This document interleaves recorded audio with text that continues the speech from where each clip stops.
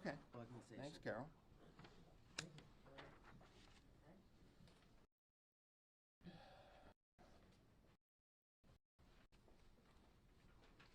Wait for our teams to get in here. Where'd the state police go? Come on in. Can you balance it out? Don't leave Heather over there all by herself. Good Lord.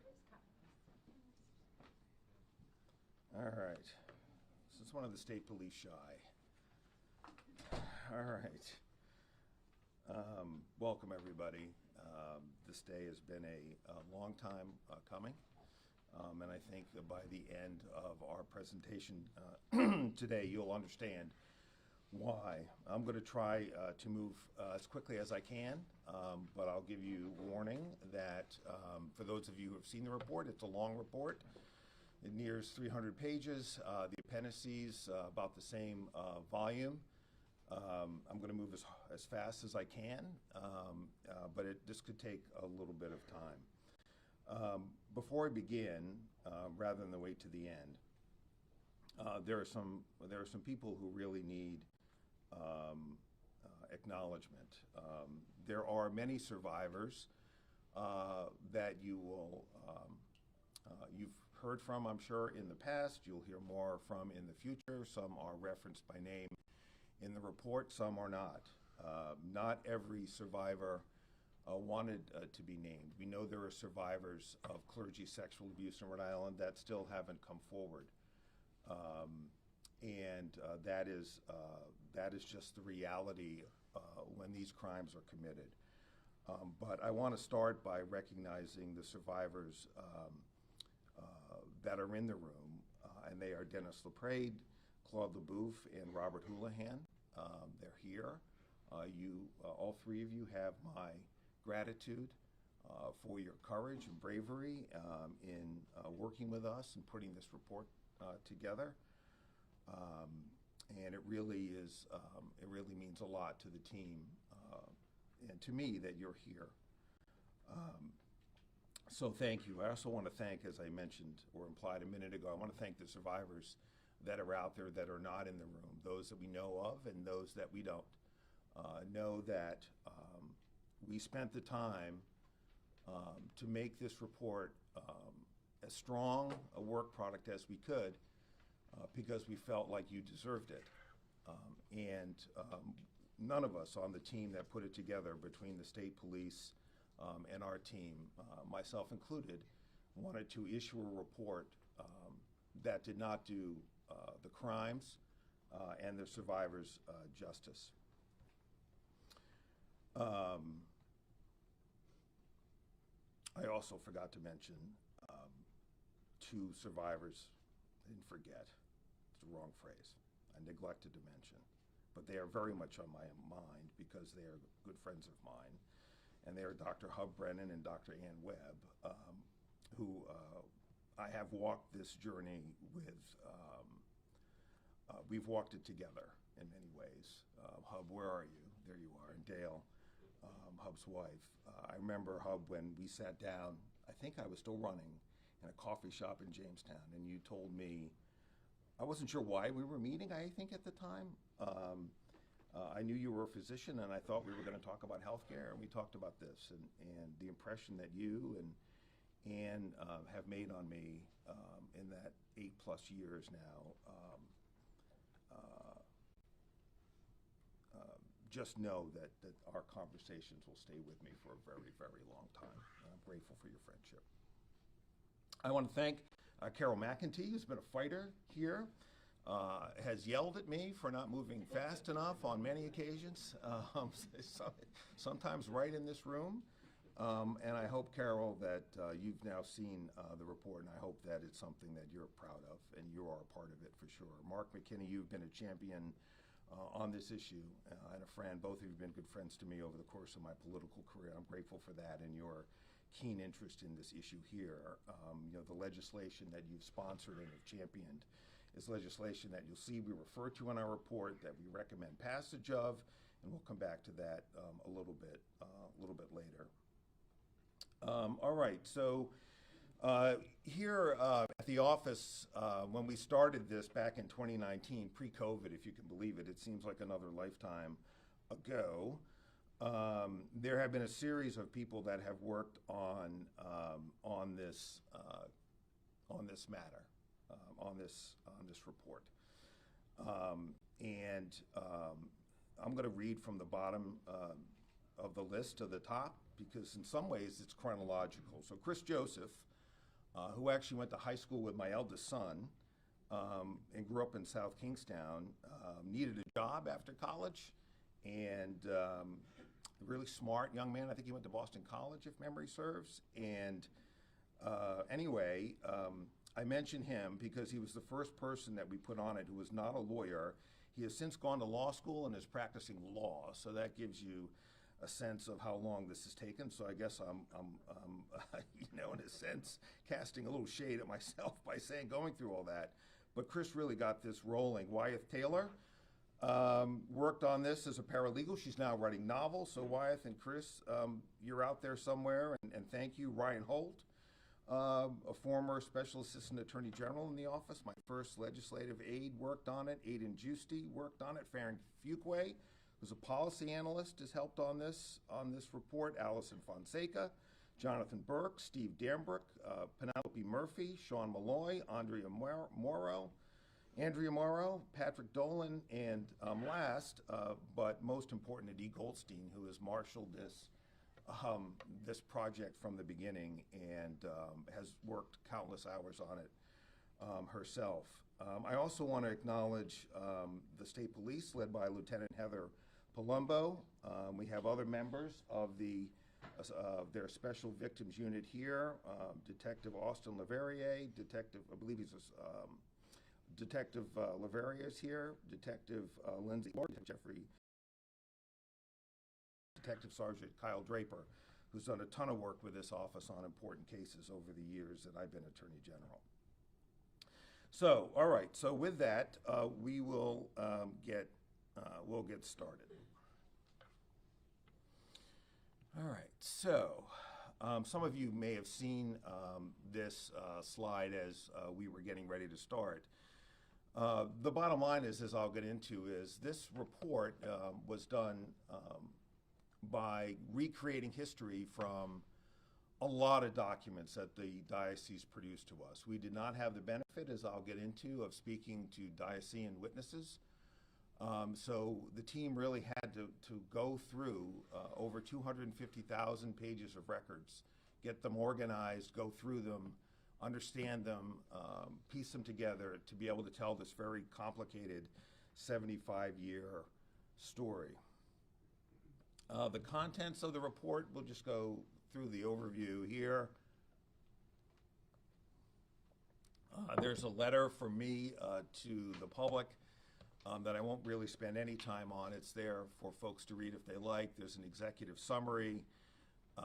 Chapter 3 is the legal framework and analysis, which I won't spend a lot of time on there. It's included in the report so that the public will have a sense of the various laws that apply in this area, both to the church potentially and individual priests. That law is complicated. I prosecuted cases using those laws. The best approach, if you're a prosecutor, is to understand your facts and then go to the law, because to try to keep it all in your head is difficult as studying for the bar exam. Chapter 4 is an overview of our investigative findings. Chapter 5 covers the time frame from 1950 to 2000, when we begin, as we'll see, to see change on the part of the diocese, driven in part by survivors coming forward with the courage that they did, and the church as a whole, from the Vatican and across the nation, beginning to understand they had to change their historical approaches. Chapter 6 goes over the past failures of the diocese to report child sexual abuse complaints to law enforcement. Chapter 7 goes through the diocese reforms and responses to clergy abuse from 1990 to the present, As we'll see, those reforms were initially, I would describe them as attempts. As time went on, they got better, but there is still considerable room from our perspective for improvement. That's reflected in Chapter 8, our concerns with their modern responses to the clergy abuse crisis. Chapter 9 contains our recommendations to the diocese. Chapter 10 are our legislative recommendations. We conclude with an epilogue. Then we have a series of appendices, and I recommend them to you. I think as important as the report itself, which, as you'll see, for those of you who haven't seen it yet, is a narrative, Appendix A, which are the clergy summaries, really lay out priest by priest what happened here, meaning what these priests were credibly accused of, in some instances charged with by indictment or otherwise, and equally important, what the diocese's response. And the takeaway that I have from these summaries is, it's the horrible abuse in its own right. You have to pause there, because what these priests did to children is, of course, life-changing and life-lasting. But what the diocese did in response to the allegations in history is striking, and it's strikingly awful. And it's awful in the sense that these priests were shuffled around and put in positions by the diocese so that they could abuse more children. And we see that over and over and over and over again. And those summaries for each priest tell you where those priests were assigned, over what dates, and then in the narrative that follows, what they were accused of credibly, and then what the diocese did, most importantly, didn't do in response. Okay, let's see here. I'm trying to move, oh, there we go. All right. Okay. So, one of the questions, I guess, from the start is, why do the report? I think if you read it, it's obvious, but and we'll get into some of the other reports done by other AGs. But my takeaway, I've worked on this report now personally twice. Really going through it with a pen and with an editor's point of view, and once back in the spring, and then once again in the last month or so, and I think the diocese, based on what I've read in recent weeks, would have you believe that what you're about to hear and what you've read or are about to read is old news, in a sense, that it's history, that it doesn't matter anymore because everything is working out great now. And there's no question that the risk to children today is much lower than it was. But the public deserves to know the truth, in my view, and they deserve to know it as a complete story, not a series of short stories that are told over time or over decades as priests are charged, or as the media takes a particular interest over a certain period of time. The public deserves to know the whole story from 1950 to 2026, to see it all in its raw emotion and horror and impact. And it's not, in some sense, it's a history, but it is certainly a living history, because Hub Brennan is still alive, and Ann Webb is still alive, and Dennis LaPrade is still alive. Survivors out there are still alive. This is a living history, and it will live on as long as victims of clergy sexual abuse live themselves, and as their family members live. Because there's no question, I think, if you talk to survivors, that the way that they've been impacted impacts their own families as time goes on, both horizontally, meaning siblings, parents, which is a complicated question in its own right, but also their children. All right, so let's go through the executive summary. So, really quickly. So, when I took office, my then colleague in Pennsylvania, Josh Shapiro, had just issued in 2018 his report on sexual abuse in Pennsylvania. And in the wake of that report, AGs around the country, including me, bolstered by conversations that I've already alluded to with friends and people interested, we felt that we should do our own. And as you can see, there have been several that have been done around the country over the last number of years. You know, states have done these in different ways. Pennsylvania, as I'll get into more in a little bit, used a grand jury, which I think I wish we had access to, and I'll talk a little bit about that. Here in Rhode Island, grand jury investigations, unlike in Pennsylvania, are secret. And those of you in the media, I think, fully understand what that means. We could have spent 6+ years investigating this, charged for priests as we did along the way, and at the end of the day, what you would know about what we found would be what was ever presented in those indictments, and if those 4 priests pled guilty, you would frankly know very little. You would know what bishops between 1950 and say 1990 did in response to allegations of clergy sexual abuse. You wouldn't know the scope of allegations against priests that are now dead. What you would know is that 4 priests, the 4 priests that we've indicted, we allege, and they haven't been proven guilty, but we allege committed crimes. But that's all you would know in Rhode Island. In Pennsylvania, they had the distinct advantage of having a grand jury, which allowed them to, I think, do an investigation that I would have, the kind of investigation that I would have preferred to do, but was not in a position to do, because we don't have that. We don't have the same kind of law here that we have, that they have in Pennsylvania. Okay. Let's make sure. I'm sorry, I keep going back and forth, but it's not as responsive as I'd always like it to be. All right, so sort of high-level findings, and you'll hear this a few times here. From 1950 to 2022, what we found was that the diocese employed 75 credibly accused priests who reportedly abused over 300 children. Our list has 20 additional priests that the diocese list does not have, and we'll spend a little more time on that. I've already alluded to the harm that this abuse caused, and you can't understate it.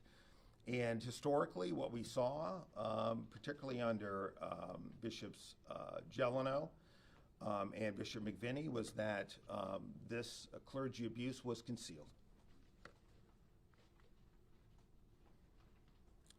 What we also saw was that the diocese failed to consistently refer to law enforcement allegations of clergy sexual abuse.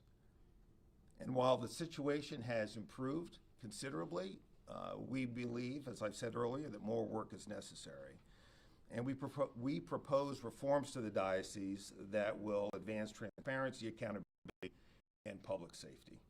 The investigation had 4 main goals. The first was to provide an overall account of what occurred between 1950 and 2025, 26 really, to describe the diocese's response to the clergy sexual abuse of children, to identify perpetrators who could still be prosecuted and charge them by criminal indictment, and to propose reforms and accountability measures.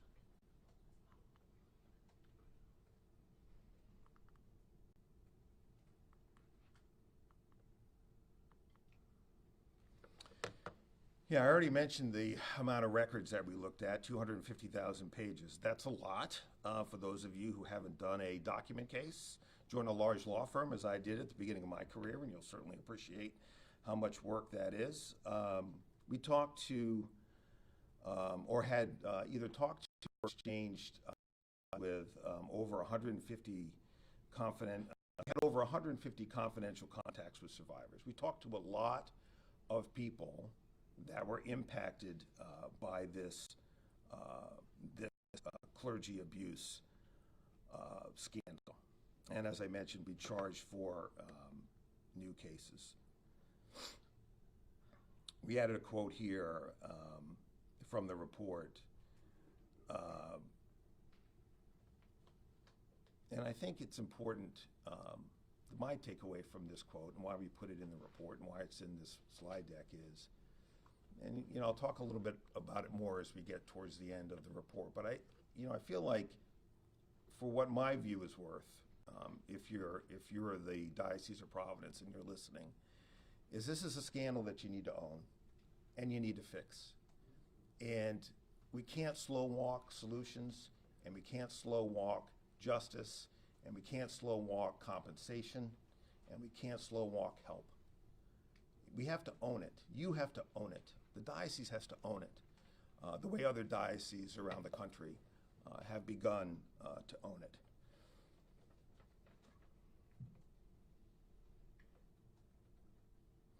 The takeaway from this slide, some of it I've already covered, is that we know that a relatively small number of victims, survivors come forward.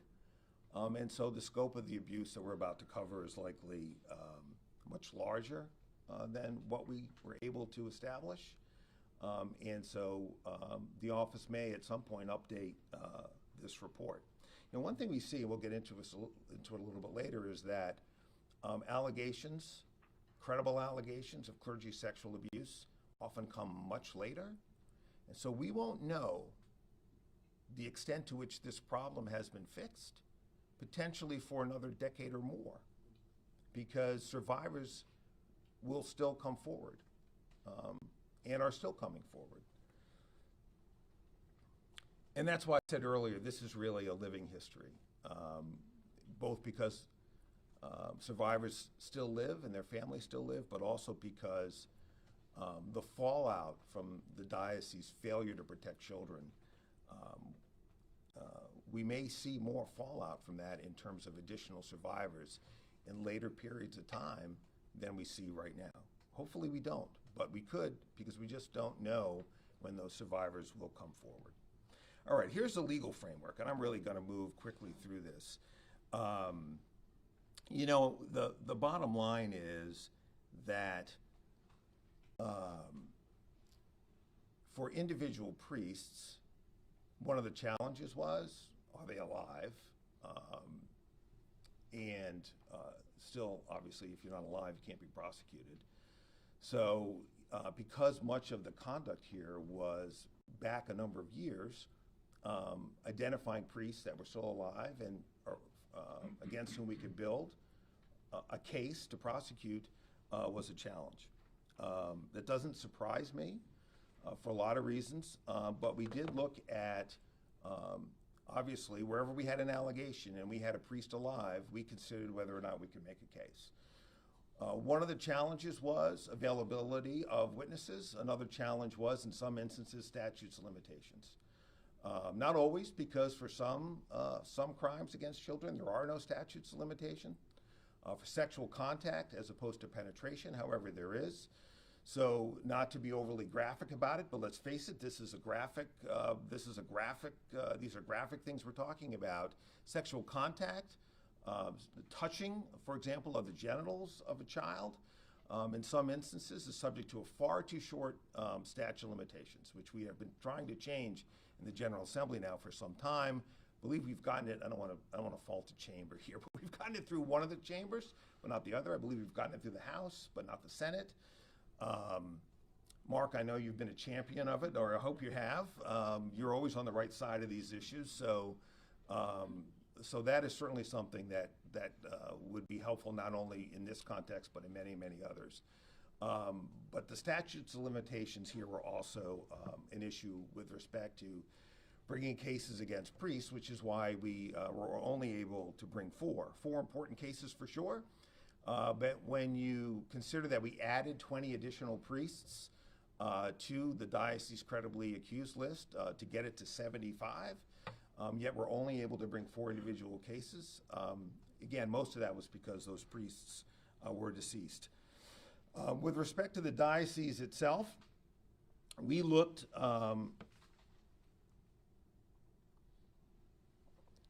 look, as a prosecutor, you always go into a set of facts where there is clearly wrongful behavior to see whether there's a criminal case to be made.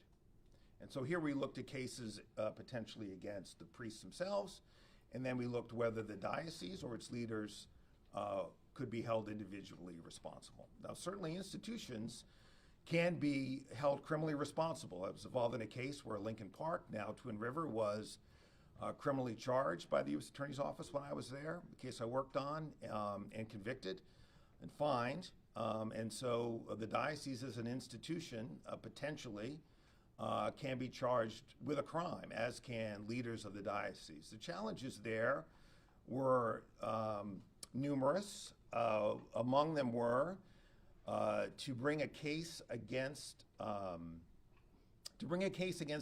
institution, speaking very generally here, you need to show that an individual, meaning a person, to make that institution liable, are not only themselves liable for committing a crime, but did so in furtherance of the interests of the institution, and also have contemporaneous intent. And so what you see in this report are bishops covering things up, but what we don't see are bishops advocating for child sexual abuse. And that's an important distinction. That's an important distinction for determining whether or not the institution itself or the leaders could be charged with things like conspiracy or aiding and abetting liability or RICO or some of those kinds of theories. Theories that I think were a little bit closer were things like harboring or misprision of a felony, which generally speaking means that you know that a crime has been committed and yet you don't take any steps to do anything about it. But even there are some issues, particularly in harboring, with shared intent. And also the statutes of limitations with respect to those crimes is very short. It's 3 years. We do have a mandatory reporting statute in Rhode Island that many of you, I'm sure, will have on your mind as I'm making these remarks. That is a relatively recent statute, which wasn't in play back when these allegations came forward. And there is also a relatively, I believe, a short statute of limitation there. But that really was less about the statute and more about the timing of the allegations that we were working with here. So there are in the report that go through the various legal theories, because I want you to know, and I want the public to know that's listening out there, that we considered every possible theory against any living priest and against the diocese as an institution, and living leaders of the diocese, because that's what we do. And if we have a theory and we believe we can prove a case, we'll bring it. But we did not conclude that here with respect to the diocese or any living leaders. So let me just move through this. I'm going to just skip through these slides. The slides will be made available to you. And for those of you who have a keen interest in the law, like Tim White, have at it. That Masters of Law has got to get you something, Tim, right? I'm sure you already know this. You could have written these slides. All right, so let's just skip through these here. And this just goes through some of the statute of limitations for some of these other offenses. And our conclusions are not unique to us. Of all the other attorneys general around the country that have investigated dioceses, to our knowledge at least, these, certainly the ones that I've identified already, have not brought a criminal case against the diocese. And there was some indication that perhaps a DA somewhere did, but the case was not successful. So institutional liability in this context is difficult, if not impossible, to establish. Okay, an overview of the investigative findings. I hope this won't be overly repetitive. This is an important concept here. The grand jury or no grand jury. For some of you, this is a favorite topic of mine. I would have much preferred to use the grand jury than go the route that we took. So we really had two options when we started. And one was, all right, impanel a grand jury, probably would have been the statewide grand jury because we would have needed it for a long period of time. The statewide grand jury can sit for months at a time. Usually the county grand juries sit for 6 weeks. So we probably would have impaneled the statewide grand jury in Warwick and gone before them and issued subpoenas for documents and witness testimony. As I've already mentioned, there are some issues with that. The alternative was what we did here, which was to do an investigation and issue a report. And that really relies on voluntary compliance with what we're asking for. And I've encountered this before. For those of you who have followed me with other investigations, that are on, I'm sure that you could identify. I've stood before you and I've issued reports. And I've struggled over the course of my term, this tension between the best possible way of getting to the truth and my desire to share with the public what we found, where I don't think a criminal case is either going to develop or won't develop on such a scale that you'll know what it is that we found. It's very hard to do that at the beginning because you don't know what you're going to find as you begin to peel the onion back. So this has been a challenge for us from the very beginning of the administration when we first looked at an incident involving the Wyatt, going way back to, I believe, 2019, in the fall of 2019, all the way through recent months with some other investigations. And so I would much prefer to use the grand jury, but I really worry that in some instances where I can't explain to the public why we didn't bring a charge, the public won't understand it. This office will lose credibility and lose faith in government.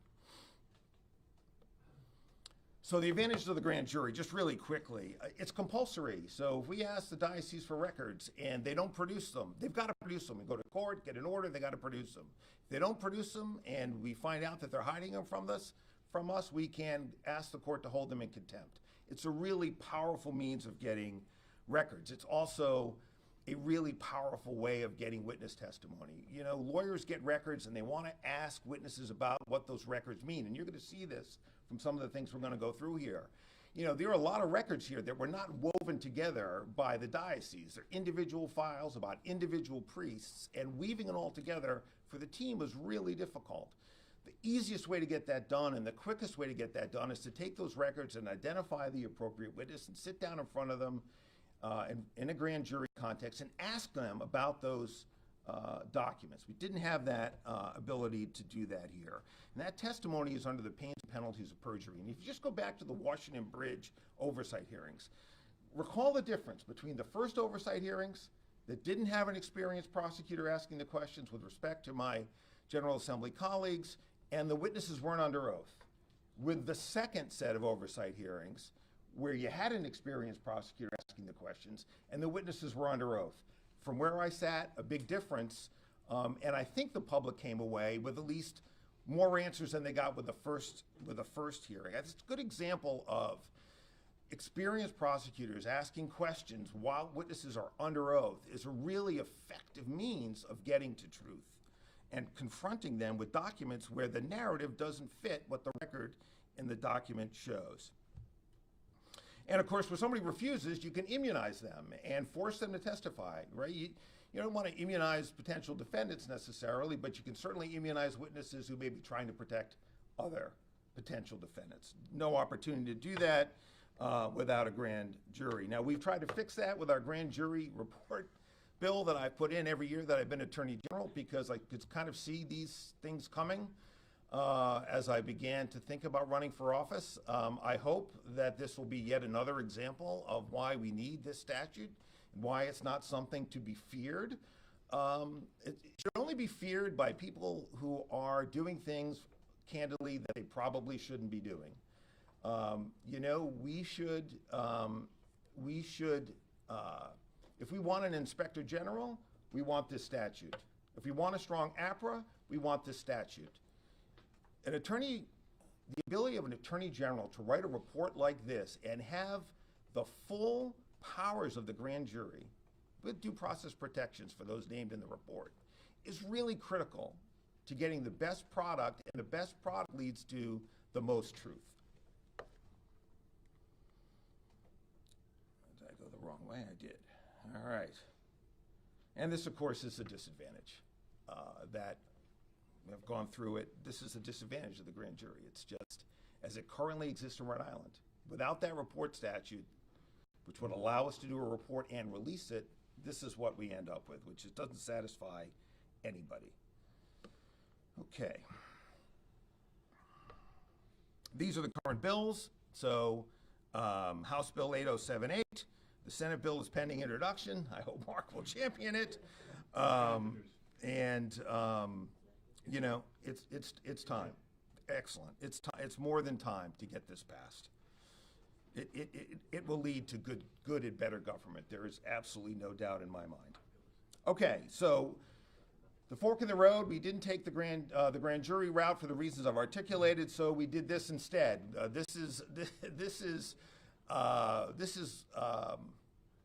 comparatively weak tea, but this is what we did. We did a memorandum of understanding with the diocese. I signed it with Bishop Tobin back in July of 2019. And under that memorandum of understanding, the diocese produced records. Now, of course, as a result, this report is necessarily limited in large part to the documents that the diocese voluntarily produced. I have no way of knowing here other than their assertions that they produced everything we asked for. I can't tell the public that, and I can't tell the public that for reasons I've already said, and I won't belabor it. But when you choose Fork 2, these are some of the limitations. The diocese withheld documents over which they asserted privilege. The diocese, this is critical, refused to make any diocesan personnel available for interviews. Look, the story's told here. I don't know why they didn't do it. I think they should have. It would have helped us certainly move faster, if nothing else, to the extent they had explanations for what they did or didn't do, or about concepts like internal forum that we'll talk about. They could have answered those questions. Maybe they will now, I don't know. But like anything, when you don't sit down and talk to us, we have to draw conclusions from the records alone, and the records are damning. But that was not helpful. And over the years, the diocese didn't consistently document all complaints, and some records, we believe, were probably destroyed. There were, as I said, some investigative challenges even with the records. This is a letter that Deputy Attorney General D. Goldstein had to send to the diocese. Is just one example where we really had to push them to produce what we were asking for. As you can see here, we'd asked them at the time for 32. We had 32 requests outstanding. They'd only answered 2 of them. So, you know, at times it was a challenge to get what we were looking for. Okay. These are the various tenures of the bishops over the course of the investigation. I don't think I need to get into a lot of detail here. Certainly, if you were asking me to characterize where the diocese's worst conduct was, under whose tenure, I would describe that as being under the tenures of Bishops McVinney and Gelano. Certainly, you begin to see change under Bishop Mulvey and Bishop Tobin. Bishops Henning and Lewandowski don't really come into this report at all. But nevertheless, I'm hopeful that now our new bishop will take this report to heart and work with us and work on the diocese's own to make progress. This is a slide I call Heartbreak by the numbers. You can read it for yourselves. These are the most prevalent age range, 11 to 14-year-old children. I've already mentioned the 75 clergy, the 300 complaints, mostly male victims. You know the rape statute in Rhode Island that was in existence until 1979 did not cover crimes, men against men or men against boys. That was one challenge. So 1979 legally is a real change. The highest number of victims recorded was in the 70s. This number of 26, right in the heart of this heartache by the numbers slide, is 26 years. The average time it took for survivors to report abuse. I mean, I know many of you in the media have spoken to survivors. It's a question worth asking. And confirming is what I really mean to say, that, these are things that it takes a long time to reckon with. I was speaking to somebody yesterday who about this, and what they said was, if I were a child, look, I was an altar boy. I rang the bells for Bishop Jeleno at one point at St. Mark Parish in Jamestown, where I was baptized, and my parents were married, and my grandparents were married, and I never faced abuse by any of the priests that were there when I served. But somebody said to me yesterday that if they had gone home and told their parents that a priest had assaulted them, the reaction from their parents would not have been what I suspect would be the reaction today, which is you believe your child instantly and you are on fire. That's much more complicated than that, as the survivors can attest to. The reverence. My dad's 96 and my mom's 90. I love you guys if you're out there listening. They revered the people in this report. They had some of them in their homes, some of the monsignors and the assistant bishops, and I think for Catholics, particularly of a certain age, this is going to be really hard. Catholics have Rhode Island Catholics love their faith and love their religion, and some are very devout, and you find it in all kinds of places. I was talking to somebody doing some work on my home, and this is a guy who's kind of a rough and tumble. He's a little profane. He's an HVAC guy. He's terrific. I don't want to use his name, but he described him and his wife as devout Catholics. And I've had some friends who aren't crazy about the fact they've even issued this report. It's going to be hard, but certainly necessary, for certain. We already talked about the 4 priests charged. I want to go back. These are their names. Fathers Petrocelli, Silva, Facette, and Kelly. The diocese list, as I alluded to, had 51 clergy in 2019. They added 4 clergy after we reached out to them and let them know that we thought there were four that should be added. We've added more since. So we have 20 more than the diocese 2019 list updated has. These are the priests that we have added. There is a summary for each one of them in the appendices, Appendix A. So if anyone is interested in one of these particular priests or all of them, you will find an individual account of each one, where they were assigned, what they were credibly accused of doing, what the diocese response was to those allegations in the appendices for each one of these priests and all the others. Priests with the greatest reported number of child victims, you see them here. Father O'Connell had 23 reported victims. The numbers are staggering, shocking, astounding. Many victims were altar servers or involved in youth activities. Probably doesn't come as a surprise. As I already mentioned, many came from devout families. Explains, perhaps, in part, why sometimes allegations came forward much later in life. Many times, like many, as I've seen in my career as a prosecutor, like many people who prey on children, vulnerable children are identified and sought out by people who abuse children. They see the vulnerability and they exploit it, and we certainly saw that here. Already mentioned delayed disclosure. The average disclosure was 26 years after the abuse. Why the legislation is so important to extend the statute of limitations, Senator and Representative and all of you, because these allegations come. That's not unusual, and explains why that is. The fact that it takes a long time for someone to come forward does not mean that the allegation is not credible. Just the opposite. It's what we can and should expect.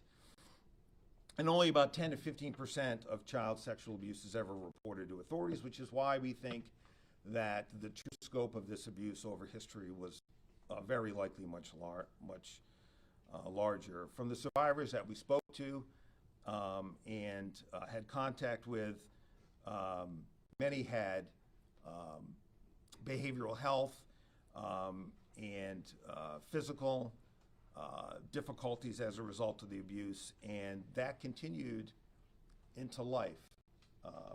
And some people, from what I've seen, and I don't want to speak for them, and I don't want to identify them because I may be wrong in drawing this assessment, but some of them you meet and they're like, they so clearly are with it and are successful, and you marvel at the strength it takes to be successful in the wake of this horrific abuse. And then others struggle. And that's just the way it is for all kinds of other things that happen in our lives. And so you really have to take survivors and meet survivors, I guess, where they are. But it's hard, and to hear the accounts is really heartbreaking. This scandal impacted nearly every community in Rhode Island. You'll see a map in a minute. The other major trend, as I mentioned, is the diocese protected accused priests with transfers, treatment, and promises of confidentiality, and they failed for decades to make adequate referrals to law enforcement. And you can see here that it impacted nearly every community in Rhode Island. Why Cranston and Providence are where most of the abuse took place, I don't know. Large number of parishes there, I suspect, but I'll let the statisticians out there spend some more time with that. As I said, these are just some graphs that show the number of transfers, the number of times people were sent to treatment, and beyond. One thing that's really striking is how many times some of these priests were transferred. I mean, I'll again go to the appendices, but sometimes some of these priests were transferred. You know, I think from the numbers, you'll have to look at them because I can't quite see them without my distance glasses. I'm kind of using two things here, but I believe there are 31 priests that were transferred at least 5 times. Am I right about that, guys, or is that completely wrong? The other way around? It's a previous slide, but am I right about the statistic? I think that's right. Yeah. So, is this the one here? Yeah. So, 31 priests were transferred at least 5 times. Some were transferred more than that, but think about that for a minute. 31 priests transferred 5 times, which means accused, handed off, handed off, handed off, handed off, without telling anybody, in the wake or in front. Think about what the danger that exposed children to. It's really remarkable. And then you see here, over time, there's some good news here that the referrals to law enforcement have certainly increased since around 2000. You know, much fewer referrals back in the previous decades. I would describe the diocese handling of those complaints to have much improved in recent years under Kevin O'Brien than under his predecessor, frankly. You know, I think Kevin O'Brien, who came from the state police, like Lieutenant Colonel Kramer, now at the diocese, coming from the state police, you know, in tribute to my state police colleagues, brought and will bring a level of professionalism that gives me much more assurance that these complaints will be referred in a timely way and be handled with the right level of respect for victims that was not always there. But again, there are some things that we think they can still improve, and we'll get to those. And then, you know, this I think is one of the most damning conclusions in the report. It's a quote from the report on page 90. The diocese's historical failure to timely and appropriately respond to clergy abuse complaints resulted in the sexual abuse of additional Rhode Island children. It may seem obvious, but I think that captures it in a nutshell, which I guess is why these guys wrote it and why we have it here. I mean, it really does sum up the problem, which is so much hurt and harm could have been avoided had the diocese removed these priests from the diocese immediately upon any allegation against them. You know, really nothing explains it, nothing justifies it for certain, nothing explains it. But when it comes to the people who work for you, there are certain things that you can't make compromises about. I mean, it sounds obvious, but the diocese made compromises when it came to keeping personnel who had abused children. There's just no understating how awful that is. All right, we're going to cover now the period from 1950 to 2000. Really here, we're going to go through a couple of examples that will show what we've already talked about. We've talked about the driving force was to avoid scandal and transfers, treatment, sabbaticals, etc. Bishops favored in-house responses. They promised confidentiality to pedophile priests who self-reported. They invoked religious rules and other doctrines. This doctrine, for example, of internal forum. So internal forum, you know, our staff here might understand this a little bit better than I do, but this seems to be a doctrine which allows a bishop to hold something in confidentiality, notwithstanding that it is something that should be reported to civil authorities, including the abuse of children. And it's broader than confession. It's been used in the past as a channel for priests to confidentially discuss abuse allegations with the bishop. And today, it is still exempt from the diocese's written policy on cooperation with civil authorities. And you can see that in the highlighted language. You know, so this doctrine of internal forum still exists. Remember I mentioned earlier, if the diocese had sat down with us, we would have asked them about this document. What does it mean? Are you still using it? If you are, why? If you aren't, wouldn't it serve you better to take it out of your policy? So there's a pretty simple example of how sitting down with us would have helped our investigation, maybe advanced the ball, maybe cleared up something for which the diocese shouldn't take criticism for. But there's only one thing I can conclude when we get a document like this, and it's still in the policy, is that they continue to hold a way out of reporting to civil authorities abusive priests. We talked about the shuffling. I don't think I need to belabor it. Oh, here's the number. If I just waited a couple of slides, it would have been right in front of me. 31 were transferred 5 to 9 times. I did go over the slide presentation a few times, but there's a lot of slides here. Example, Father Joseph McCraw from 1951 to 1964. It really wanted to start at the beginning here. It's a good example of how transfer was the approach. So there are multiple complaints of sexual abuse against Father McCraw at Our Lady of Lourdes Church in Providence in 1951 and 1952. What's the response? We'll transfer him to St. Joseph's Church in Woonsocket. In 1953, Bishop McVinney gets a letter from the pastor at St. Joseph's seeking McCraw's removal. And what you see in the documents are these euphemisms or this coded language all the time. You know, here is a good example. He does not seem at present in a condition to exercise a fruitful ministry. Well, there's an understatement. The response is to transfer him to Our Lady of Consolation Church in Pawtucket.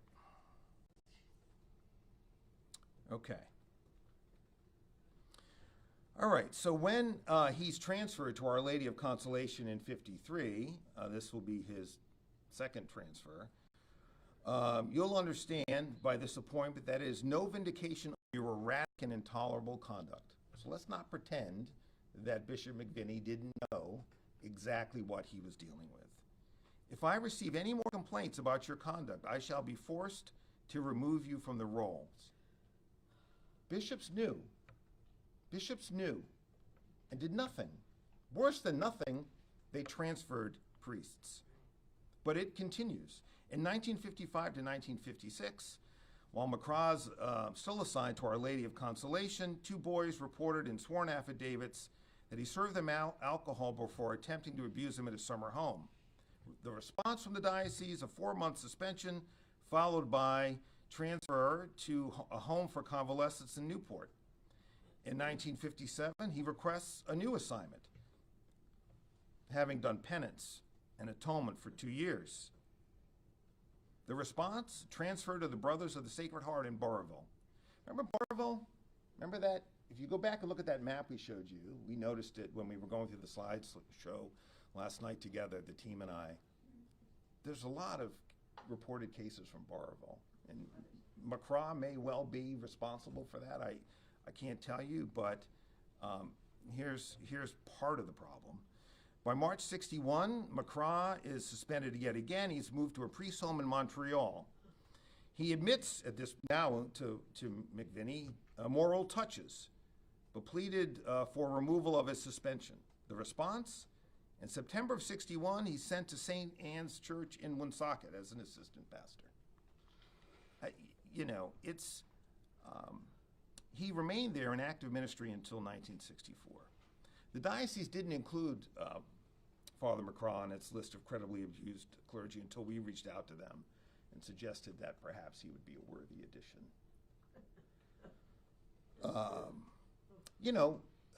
This is the 50s, right? And I'm sure a lot of people in this room, including me, weren't alive in the 50s. But this is an example of how far back it went. And as we're going to see, it's just one example. Go through those appendices and look at the allegations against these priests and look at how many times they were transferred. And think about the parishioners who walked into those churches with a priest having been transferred from A to B, not knowing a thing about why Father X showed up at the lectern that weekend. The diocese didn't tell him. They didn't tell him anything about the guy's risk to children. He just showed up. And that went on for decades. I want to give a shout out to Sean here because Sean Malloy, who worked on this case from the beginning. Sean, can you sort of, so they know who you are, yeah, thank you. Sean is the one who spotted a handwritten reference to Macraw having been accused in 1951 and began to peel away the onion that got us to where we needed to be. And we didn't even have Macraw's files until Sean began to pull at that string. And Sean and Adi are the two up here that have been working on this from the very beginning. And I promised Sean that he was in the civil division when this started. He's now in our appellate unit. And I told him at the time, remember, Sean, that he wanted to go to appellate. And I told him, well, we need you to finish the diocese report. And I told Sean, well, I promise. I can't give you that current opening, but I promise I'll move you. And I kept my promise. I moved him, but I don't think we knew it was going to take 6 years back then either, Sean. So I know you, like all of us, are glad that this day has finally come, as horrible as it is in so many ways. Okay, so the pre-shuffling continues under Bishop Jeleno. So Father Roland Lapierre was accused of sexually abusing at least 6 boys between the ages of 8 and 14 from 1975 to 1980. So while he's assigned to St. Aloysius Church in Woonsocket, he reportedly puts his hands down young boys' pants. The boy immediately told his mother, God bless him, and accompanied her to Woonsocket Police Department to report the allegations. Bishop Jeleno transferred Lapierre to St. Mary's Church in Cranston on an understanding that no charges would be filed and Lapierre would receive quote-unquote therapy. Just over a year later, in May of 1980, Bishop Jeleno removed Lapierre from St. Mary's. He described, this was a memorandum to Bishop Angel and the Personnel Board, that based on professional advice, this priest had depression, bordering on illness. Those euphemistic words that we see throughout the documents. Lapierre himself later admitted the real reason for his removal from St. Mary's was he sexually abused 4 12-year-old boys. He approached the bishop and admitted his wrongdoing, and the bishop removed him from the parish. But in September of 1980, Bishop Jeleno again returned Lapierre to the ministry, assigning him to St. Matthew's Parish in Central Falls. There, Lapierre reportedly sexually abused 2 more children, 2 more boys. Father Norman Demers, and again, these are examples. This is going to take too long to begin with, but these are just some examples. Okay, go through the appendices. You're going to see the same thing over and over again. Father Norman Demers, 1985. Letters to Bishop Jeleno, a religious sister, cited concerns about Demers having inappropriate material in the rectory. He had nude photographs of males, and there were 9 young men living in the rectory under his care. Bishop Jeleno asked his sister not to report the information because of the scandal that it could cause, particularly given the recent arrests of other diocesan priests for sexually assaulting minors. Now here, I want to give a shout out to former Attorney General Arlene Violet for 2 reasons. Number one, when I think of a sister going to war, as we're going to see, for children, I think of Arlene Violet, number one. Number two, Arlene Violet, when she was Attorney General, brought, I believe, the first criminal charges against priests, a number of them, I believe as many as 4. And I just saw Attorney General Violet yesterday, and I thanked her then, and I'm thanking her publicly now. She was not, just to be clear, she was not the sister, to my knowledge, at least in the records that we're sharing with you now. So these are, again, we tried to use the records, rather than characterize the records, we're trying to give you the firsthand information. So this is from the document from Bishop Jeleno to the religious sister. I would therefore hope that you would not go to the public media. This would certainly be very harmful to us.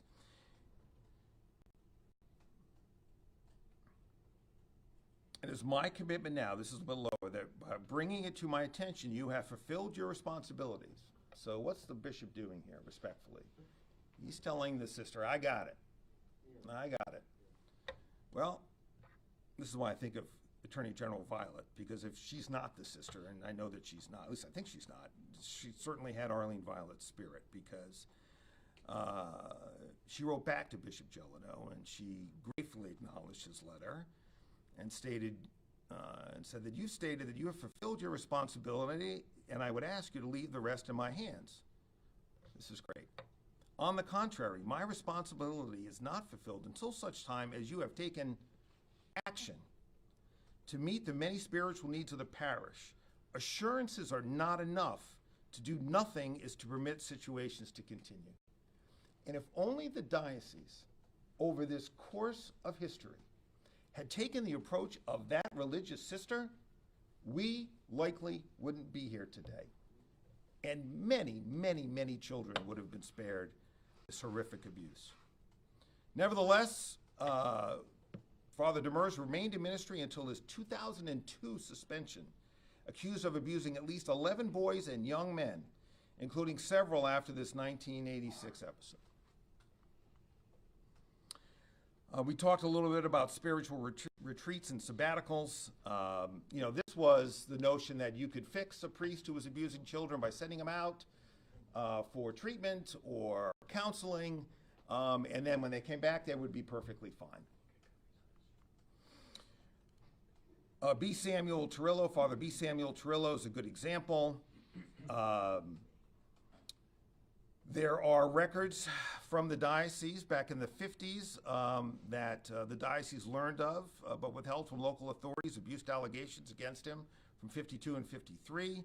Bishop McVinney, sent him to a monastery in Massachusetts for 2 weeks of penance and spiritual exercises, after which he was returned to full-time ministry and reportedly sexually assaulted another young boy between 56 and 58 at Holy Angels Church in Barrington.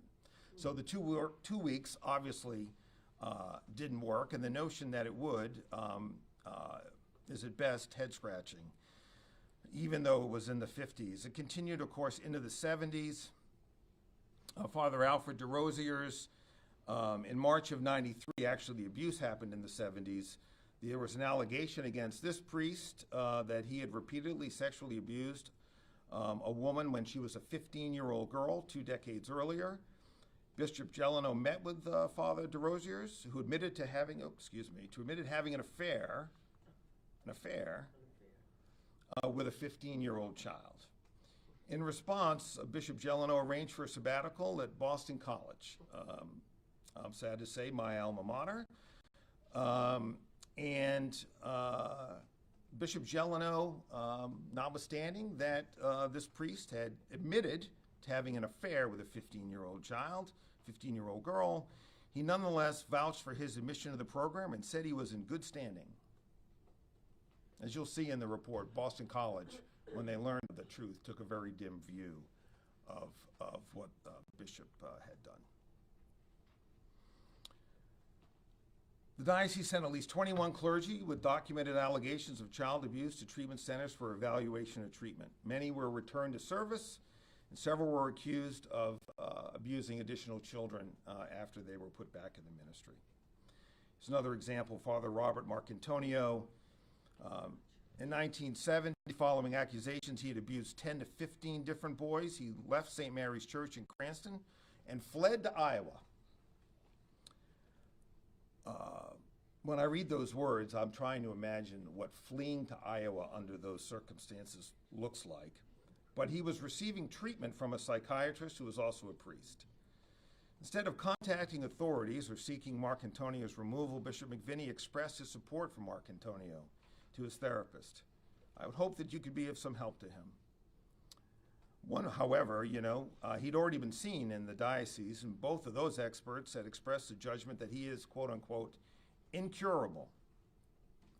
In 1971, only 10 months after the treatment began, Marcantonio was deemed effectively cured, and Bishop McVinney was notified of the same. And when Bishop Gelano succeeded Bishop McVinney, Father Marcantonio, who remained in Iowa, wrote to Bishop Gelano to explain his situation, trying to assure Bishop Gelano that his therapy, as we see there, was deemed successful. Bishop Gelano permitted Father Marcantonio to remain in Iowa, to remain his doctorate in psychology, and in 1975 invited him to return to the diocese, as you see here, asking him to serve as a weekend assistant at St. John's Church in Cumberland. Father Marcantonio would later be accused of sexually abusing 3 boys in Iowa and several more upon his return to Rhode Island. So again, those are examples. I refer you to the report for many, many, many, many more. All right, Chapter 6, the diocese past failures to refer child abuse complaints to law enforcement.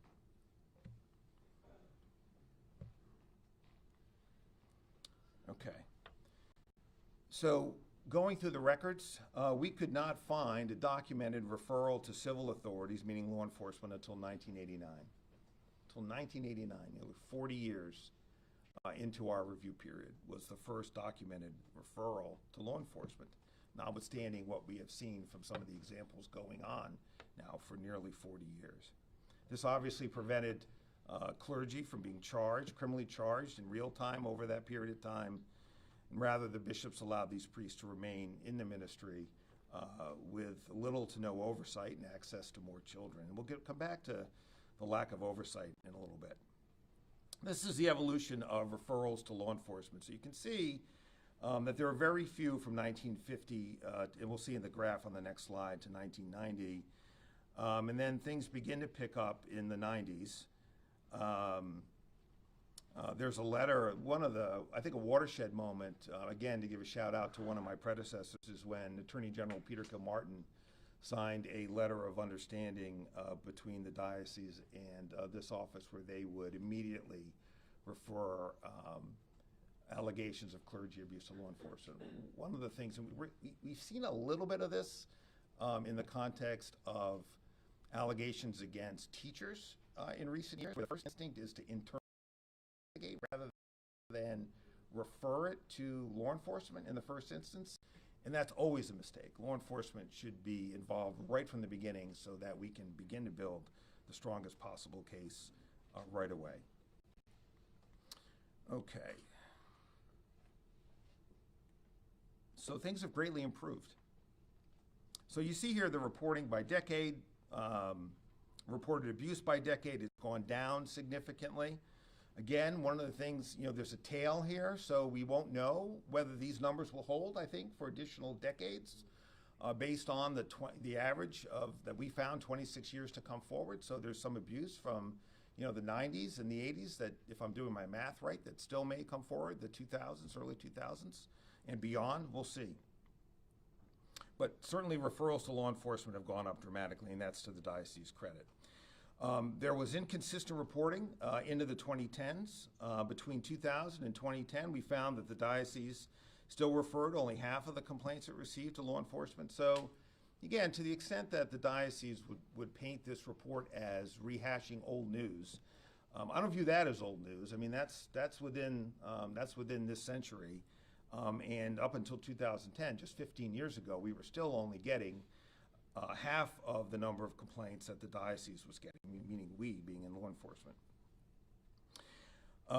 Most reporting was entirely voluntary and subject to the diocese's own shifting thresholds of what warranted law enforcement contact. These continued problems and the need for solutions are identified or illustrated by the 2011 handling of the case of Deacon Lawrence Gagnon. He was accused in 2011 of pulling down the pants of several sixth grade boys at St. Joseph's School in West Warwick. The then Director of Compliance, Robert McCarthy, dismissed the case as merely poor judgment, not criminal or worthy of reporting to law enforcement under a mandated reporting law. Days later, again, someone stepped forward, not from the diocese. Well, perhaps, if the principal was employed by the diocese, was the principal employed by the diocese, guys, do you know, in this particular instance? Was employed by the local school. Local school. So this was not the diocese. The local school stepped forward and expressed to Director McCarthy his view that the allegation should be reported to authorities. All right. So subsequent investigation by West Warwick revealed that this was far more than poor judgment. Several boys told the police that Gagnon had repeatedly touched their groins. He later confessed to police that he had fondled several boys' genitals. He was charged and subsequently pled nolo. But this is what prompted the agreement between this office under Attorney General Kilmartin and the diocese. Certainly, I wasn't in the office at the time, but drawing what I think are logical conclusions, the office was justifiably outraged by the initial response, was grateful to the principal for coming forward and allowing the office to make a case, and made it clear to the diocese that something had to change, and it did. And that was signed by Attorney General Kilmartin and Bishop Tobin. All right. So we're going to go through this fairly quickly here. The diocese reforms and responses to clergy abuse, 1990 to the present. These are what we would describe as early attempts at reform. And I think the key word here is attempts. They did not prove to be particularly strong, in our opinion. And we'll go through a little bit of that. So Bishop Jeleno promulgated the first policy and procedures concerning reports of sexual misconduct in 1990. There was an advisory review committee that was formed, although it didn't meet very often, as we'll see in a moment. He established the Office of Education and Compliance, although Director McCarthy ceased. So I want to be respectful in my remarks, but I would say that we have come a long way in that position, as I already alluded to, with the hiring of state police veterans for that position.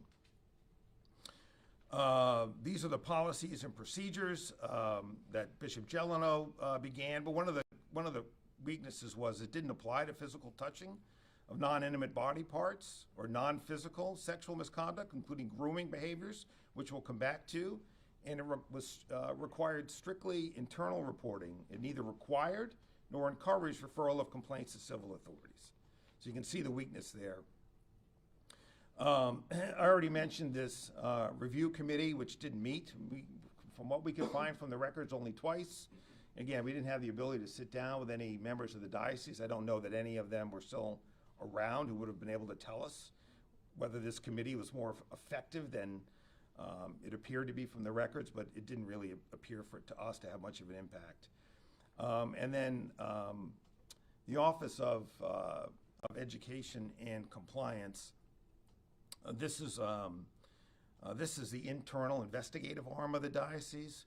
From what we've been able to establish from the records, we believe that from the beginning there's been a lack of clear written guidelines, excuse me, for investigations and an absence of meaningful oversight. So, I've been an investigator, prosecutor for a long time. I've overseen offices for a long time. You need multiple layers of supervision to ensure that you're getting to the right place. Leaving it in the hands of one person alone is not the pathway to success. There were these national responses in the 2000s, the Dallas Charter, excuse me, in 2002, and later the Essential Norms in 2002, where the National Council of Bishops were starting to put in place requirements that dioceses take on this scandal horror of clergy child sexual abuse. The diocese established the Diocesan Review Board. They established an Office of Outreach and Prevention, which was designed to support victims. In our view at the time, did not go nearly far enough. Still much more to do in that area. And the diocese promulgated its policy, its first version of the Child Protection and Outreach Policy, which required a code of ethics trainings and background checks in 2004. But as this slide indicates, significant concerns remain. The Dallas Charter and the Essential Norms really leave it to each diocese to protect children. What we've seen is that some dioceses have responded to reports in ways that are incredibly meaningful, and some have not, because they do have that discretion to do it. Chapter 8, concerns with the diocese's modern responses to the clergy abuse crisis. So these are concerns that we have now, today.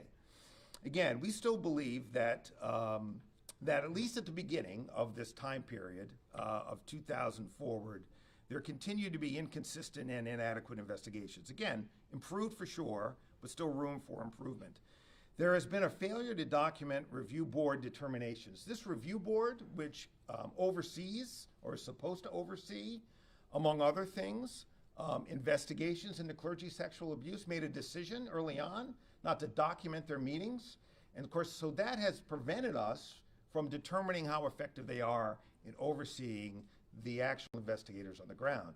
Another example where today, having the ability to speak to a bishop about what this review board does, the degree of oversight it engages in would have potentially been helpful to the diocese. But we're not able to conclude the extent to which it is actually providing in-depth supervision, which we view as important.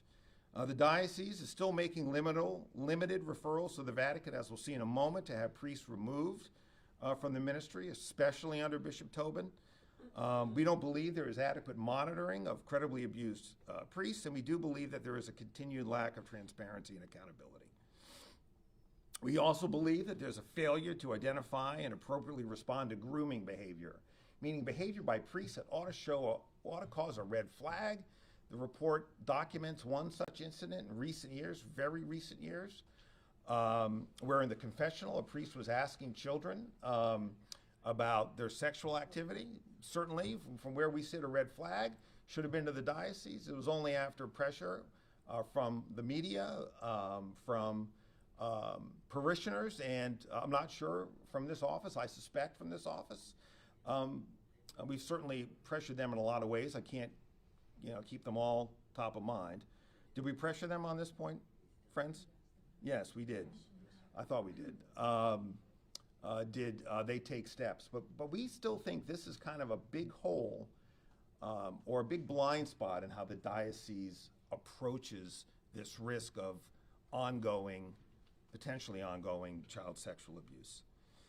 The diocese still does not investigate third-party and anonymous, or at least consistently, third-party and anonymous reports of abuse. And this is much worse going back farther, but if it came from a third party, well, we don't need to investigate it. If it's anonymous, we don't need to investigate it. That runs counter to, if you talk to the state police, I think Heather would nod, if you get an anonymous complaint, it's about a serious crime, you're going to do everything you can to run that to ground. Dioceses didn't always do that. And they also have not, and to date, we believe, consistently still don't investigate allegations against deceased priests, which we believe they should. Certainly there's no criminal case there, but survivors deserve the justice that that investigation will bring. There's a continued request of victims to take polygraphs, which we believe re-victimizes victims and is not useful to determining whether or not an investigation should move forward. There's still, in some ways, a lack of clear written investigatory guidelines. Timeframes are not clear. Victims often wait many, many times. There's a little bit of irony in that, since you've been waiting for this report for a long time from us. But we believe that when it comes to individual priests, these investigations should move a lot faster than what it took us to compile 75 years of history. And there continues to be, in our view, because we can't confirm otherwise, a lack of clear oversight by the review board. We'll just give a couple of examples here. Dennis LaPrade is with us today. I've already mentioned him. I'm really grateful to him for being here and for what the account you're about to hear. In 2014, Dennis reported to the diocese that Father Santilli, Francis Santilli, had sexually abused him in the early 1980s when he was an altar boy at a parish in Providence. He also identified by name two brothers who he suspected may have also been abused by Father Santilli. There's no indication from the records that we received that the diocese attempted to contact those individuals, and Bishop Tobin permitted Santilli to remain in the ministry. Nearly 8 years later, in 2021, a third party contacted both the diocese and law enforcement to identify the same two brothers as victims of Santilli. Resulted in a criminal investigation, Santilli's suspension, removal and referral to the Vatican, and the diocese naming Santilli on its credibly accused list. But there's a failure in the first instance of the diocese doing the kind of adequate investigation that Dennis deserved and victims deserve. We've already talked about the failings of the review board, so I won't belabor it here. We did ask to interview members of the board, as I mentioned, and again, we were denied access to them. The diocese has made limited referrals to the Vatican. The Dallas Charter and the essential norms, which are supposed to be the goalposts by which the diocese respond to these allegations, require permanent removal and possible dismissal from the priesthood for even a single act, quote unquote, of sexual abuse, following appropriate process in accord with canon law. The general rule is that bishops refer to the Vatican all complaints containing any semblance of truth. The Diocese of Providence appears to have referred to the Vatican far fewer complaints than zero tolerance contemplates. Since 2002, only 9 of 21 priests, which we have deemed should have been eligible for a referral to the Vatican, were in fact referred. So this is why we say this is not a historical problem for lots of reasons. This is another.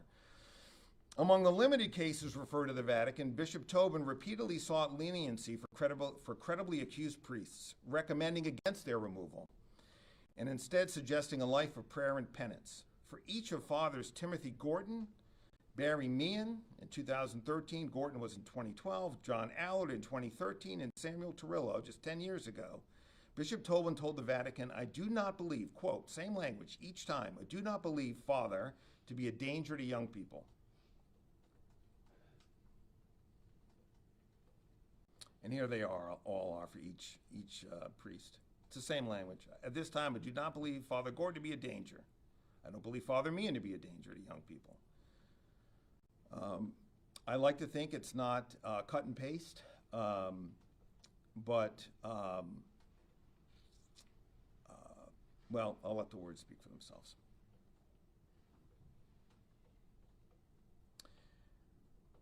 Bishop Tobin likewise advocated for Father Francis Santilli when referring his case to the Vatican in 2002.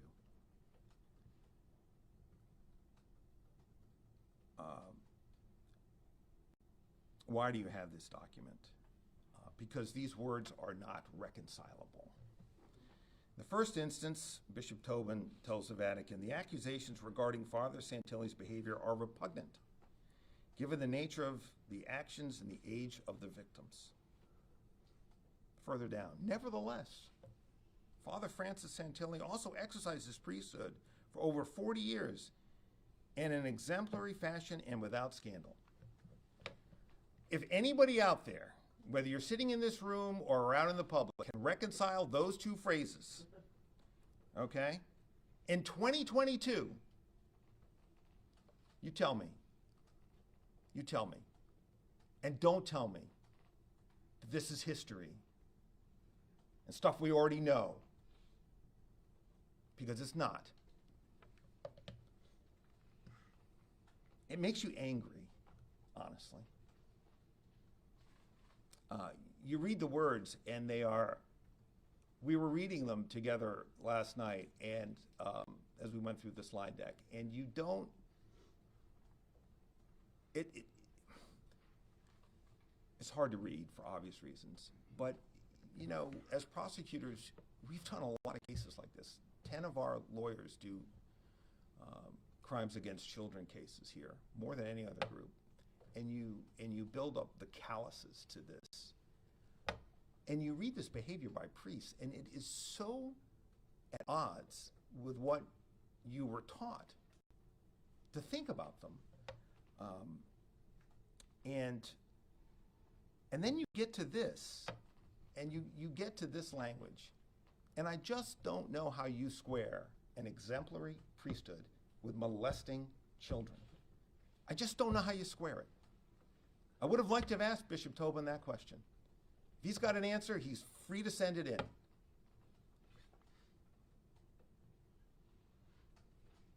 To date, it appears that the Diocese of Providence lacks any formal or informal policy or practice of monitoring known, living, or credibly abused clergy. There are priests out there that are credibly accused abusers, and we don't know the extent to which the diocese knows where they are, keeps an eye on them. Remember, that's their employer. They're responsible for them, by their own words, by their own policies. We don't know the extent to which they monitor them, make sure that people near them are safe. We don't know those answers today, and we should know them. And if I had an opportunity to sit down with the diocese and ask questions, I would have asked them that question. But again, we didn't have that opportunity. As recently as 2013, they admitted they had no set program in place to monitor ex-priests who admit to molestation. That's their words. John Allard in 2013, another example, he admitted during an interview he'd repeatedly sexually abused a 15-year-old boy. In 2013, the Vatican imposed a life of prayer and penance while cautioning Bishop Tobin that further canonical and pastoral vigilance is left to the discretion of Your Excellency, including monitoring. There's no indication of any steps taken on Bishop Tobin's watch, and perhaps afterwards. And Allard returned to part-time kitchen work at his last parish assignment around 2014, seemingly, according to what we could learn, without the diocese even knowing that he was there. And we've already talked about the diocese credibly accused list needs to be updated, in our view, needs to add 20 priests and needs to, for the priests already there, add additional information that is missing, and you can see it there on the screen. All right, recommendations to the diocese. Following the 2002 mass settlement, the diocese implemented 2 survivor compensation programs. Bishop Tobin and the review board terminated them in 2007 on the grounds that they were time limited and intended only to clear the decks of follow-up litigation after the 2002 settlement. Obviously, survivors have continued to come forward. To me, that's an indication that the diocese is more concerned about money than they are about compensating victims. I think that needs to change, as it has in other dioceses around the country. We recommend that the diocese establish a new independent financial compensation program for survivors. They may say, well, who's the Attorney General to suggest this? So anticipating that, all we're asking is that they model it after programs already adopted by other prominent dioceses and archdioceses during the last decade. 2016, the Diocese of New York, the Archdiocese of Philadelphia in 2018, 6 California dioceses in 2019, and I think there are recent examples just from the last few months because I've read about them in news reports. There's still no policy or practice in place for monitoring priests. We already alluded to that. They should change that. We believe that there should be somebody hired by the diocese to put together a safety plan for each one of these priests. It should be subject to review. We believe that there should be preventative measures put in place, including background checks, strong investigations of potential grooming behaviors, not dismiss them, and other preventative measures. We believe that for internal investigations, the guidelines need to be updated, and they should really be designed now to investigate everything. No matter how thin a reed of evidence walks through the door in the first instance, no matter how old the allegation, no matter whether the priest or bishop is living or dead, we believe that the diocese should investigate because survivors deserve justice. All right, we also believe that the polygraph should be banned. I've already alluded to this. The list of accused priests should be added to. We believe that there should be a new letter of understanding between this office and the diocese to facilitate continued oversight. In response to our report, they should continue referring all complaints.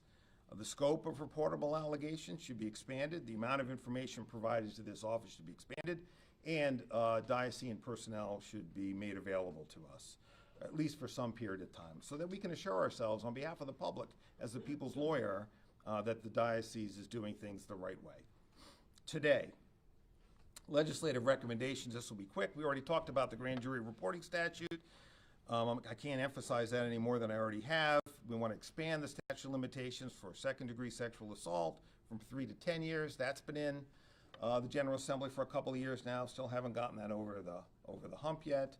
We want to revive civil claims against institutional defendants. That's Carol's bill and Mark's bill. And we want to amend the mandatory reporting statute to explicitly include priests as abuse involving priests to be a part of the mandatory reporting statute. These are all more specifics on those various things. I've been speaking for almost 2 hours. You're tired of me by now. I, however, am not tired of you, so if you have any questions after all that, I'm happy to take them. Yeah, General. Sure, Tim. The diocese put out a lengthy statement, just as this was going. You've already addressed some of it. Yep. It's all historical, looking in the past, all that. I do want to respond to one specific thing.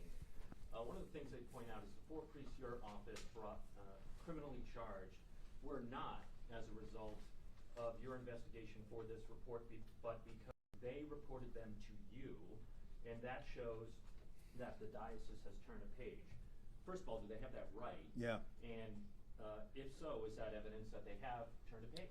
Yeah, look, I think the very nature of that question shows that the diocese isn't yet ready to own what they've done here. They can go through this report and pull out things that they take credit for, and we've tried to give them credit where they deserve it. I can't tell you as I sit here, Tim, whether they handed us a case fully made. Steve, did that happen? It did not. Thanks. So, if he tells me it didn't happen, then it didn't happen. That's all I need to know. We can follow up on that with details. If they want to go through a 274-page report and give themselves a pat on the back, go ahead. But the notion that this is history, the notion that they own it, the notion that they care about victims is belied by that very statement. And until the diocese gets it, it's all the more reason why this legislation has to pass, because it's pretty clear that they're not going to recognize survivors on their own. They're going to be pulled kicking and screaming into owning it.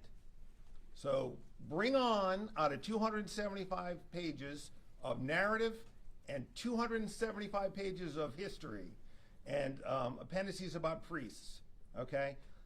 I would love to them to go find Bishop Tobin. Certainly they can talk to him and have them, through him, square how allegations of child sexual abuse can be repugnant And at the same time, the priest had an exemplary career. Square those words.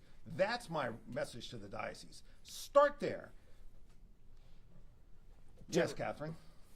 I've got 3 questions, and one starts with the same Okay. statement. Don't assume I'm going to remember them all, so let's take them seriatim. One at a time. Yes. I'm just begging for some Yes. time here. The other thing they say is, the report does not have the force of law, but rather offers untested perspectives in boldface of the Attorney General, the bulk of which focus on historical cases of abuse in the 60s, 70s, and 80s. Would you like to respond to that? Yeah, look, I think I've sort of responded to it preemptively by going through the report and the level of detail that I have. I mean, again, the diocese, for whatever reason, unlike other dioceses around the country, here, I hope it's not in the Rhode Island water because I am a native, as you know, they just can't seem to accept responsibility for what they have done and make it right. Whether it's historical or not, they have an obligation to make it right. Think of slavery, for example. Think of the Rhode Island families that were responsible for slavery. Some of those families have tried to make it right in recent years. The Episcopal Diocese, by comparison, many Episcopalians were involved in the slave trade. The Diocese of Rhode Island, under Bishop Nicely, has tried to make amends and accepted responsibility for their role in the slave trade. Okay? I'm not trying to compare apples and oranges here. Yet, I think the principle is the same. This is the diocese and its forebears. And it's not all decades ago, as we've seen. They need to own it. They need to fix it. They need to accept responsibility. They need to apologize.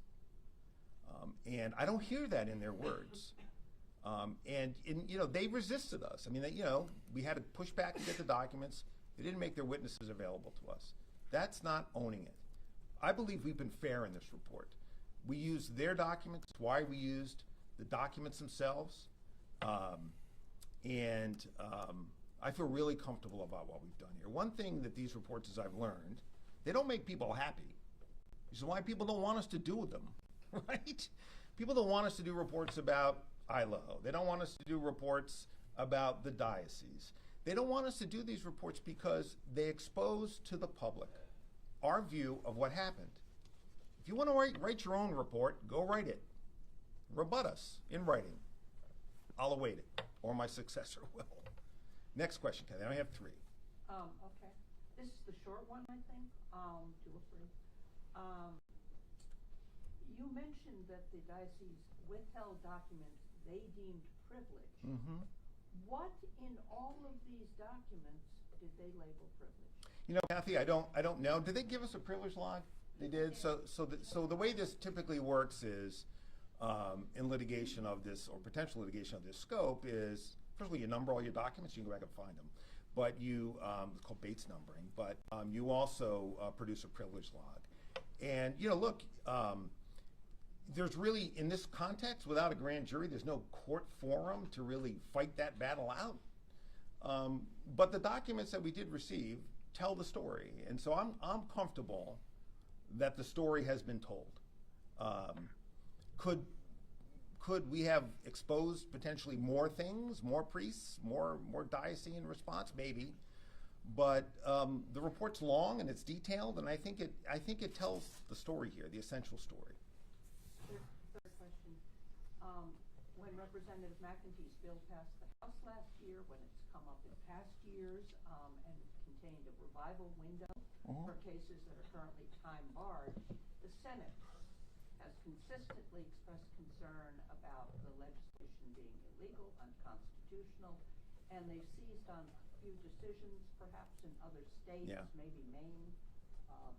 Catherine Robb would know that better than I. Hi, Catherine. And I guess my question for you is, what is your response to the Senate that has not wanted to touch this legislation because they believe it's unconstitutional? Well, that's not the view we've taken, and we've supported it consistently and told the Senate that. And they'll have to make their decision this time around whether or not they're going to take that legislation up. I have tremendous respect for the Senate, tremendous respect for them, leadership, and we'll see where this takes us this year. I'm hopeful, but it will be up to the champions of the bill in the Senate to get it over the finish line. But but we're prepared to defend the bill if it's attacked as unconstitutional. Yeah. I mean, look, if you think about it, certain dioceses are not relying on legislation to make compensation to victims. I referred to 3 of them. There are more. And we'll track down the one that just did it recently. New Jersey comes to mind, but may not be New Jersey. But the diocese could do this voluntarily. We're opening up this window because the diocese won't. So the diocese could do the right thing. It doesn't have to be forced to do it. But like so many things that we've seen over here, why, have things changed? Yes. But in some ways, things haven't changed, if you know what I mean. Like taking responsibility, that hasn't really changed in some ways based on what I'm hearing from the diocese response and have heard before and our experience in the investigation. I know somebody in the back over there on the left had a question. Yes. High up in the report, it stressed that Rhode Island is unique just because of its strong, high per capita Catholic population Yes. here. Can you talk a little bit about how that might have impacted people coming forward? Did you find that was more helpful, or were people maybe a little bit more shy just because of the strong Catholic population in such a small state? And how do you think this report's going to land in Rhode Island? Well, it's a really good question. I don't know. I don't know. I mean, I'm going to go home and talk to Mom and Dad tonight and see what their reaction was, if they were able to listen today. I don't know. But when we go into this, it didn't impact the investigation. So we had no difficulty in terms of speaking to survivors and being able, the smart team here. It's really good group of lawyers here, able to figure this out, put it together for you. So there were no challenges to the investigation because we are an overwhelmingly Catholic state. Where it'll land, I don't know. I don't know. I think that, I don't know. I can only say that I'm proud of the product. I'm proud of the work. The team did a great job here. And I'm really proud of them and the work that they did, and the state police. Really proud of what they did. General, do you believe that the diocese is still getting credible reports? Are they turning those over as they get them? Yeah, no, I believe to the extent it's happening where we would get them. We haven't gotten any in recent memory, but I have no doubt that we would get them. I think that's a function of the state police, meaning Kevin O'Brien and now Bob Kramer. I mean, they get it. So we would get those complaints now. You referenced some recommendations for them, but would or should the message to the public be like, if you have an allegation, go to law enforcement and not to the diocese? Of course, yes. Yeah, I think, Brian, one of the questions is always come to us. And there's a hotline on the last slide, if I go to it, that actually... It's there. Good, thanks. So the public is welcome to call us. Right, so for historical things, but they should call us about everything, current and historical.